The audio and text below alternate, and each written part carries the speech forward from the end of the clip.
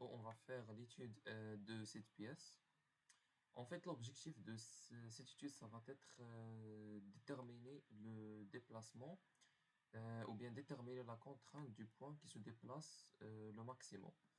Alors, cette pièce, c'est parmi les pièces qu'on avait traitées dans un programme où on apprend à utiliser SolidWorks chez ABBK Physics Works. Et j'aimerais bien partager avec vous cette étude qu'on avait déjà fait. Alors, premièrement, il nous donne le matériau qu'il faut choisir, les parties qu'on va fixer, si c'est deux trous, et aussi la face qui va être sollicitée, c'est cette face B. D'accord? Donc, what is the maximum resultant displacement? Donc, on va chercher le déplacement maximal. Et ensuite, la valeur de contrainte de von Mises dans ce point. Et donc, on commence.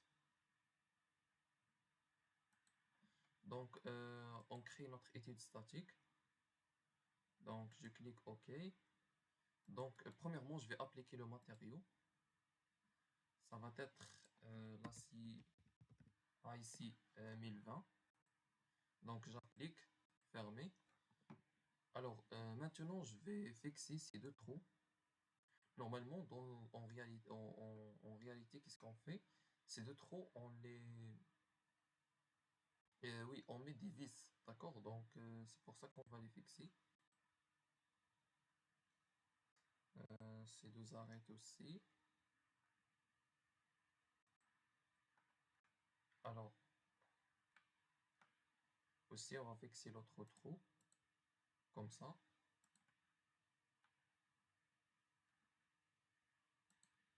D'accord.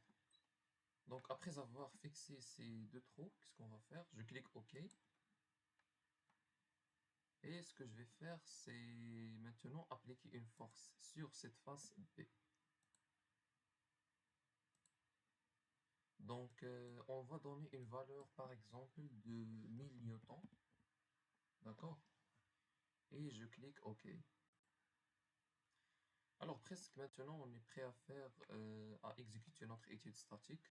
Donc, je fais Run this study. Alors, donc voilà. Donc, rappelons que l'objectif, c'est de voir le déplacement maximal. Donc, on va éditer ces valeurs pour qu'elles soient mieux représentées. Donc, on va visualiser le déplacement maximal, True Scale. Je vais afficher la valeur maximale. Alors, je choisis Floating. Et je clique OK. Donc, on remarque que ce point-là, c'est le point qui va se déplacer le maximum, avec un déplacement de 0,059 mm. Alors maintenant, on cherche à déterminer la contrainte de von Mises en ce point qui se déplace au maximum. Donc pour ça, comment on fait? Donc on clique ici sur Plot Tools, on choisit Probe. Ensuite, qu'est-ce qu'on fait?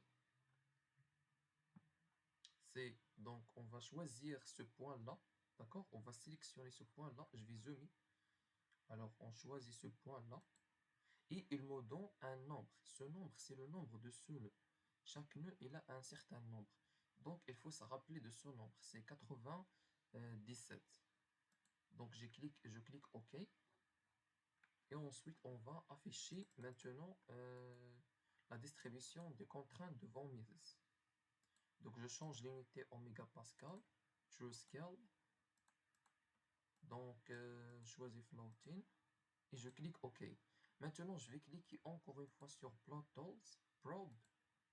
Et cette fois-ci, je vais cliquer ici à Node Number.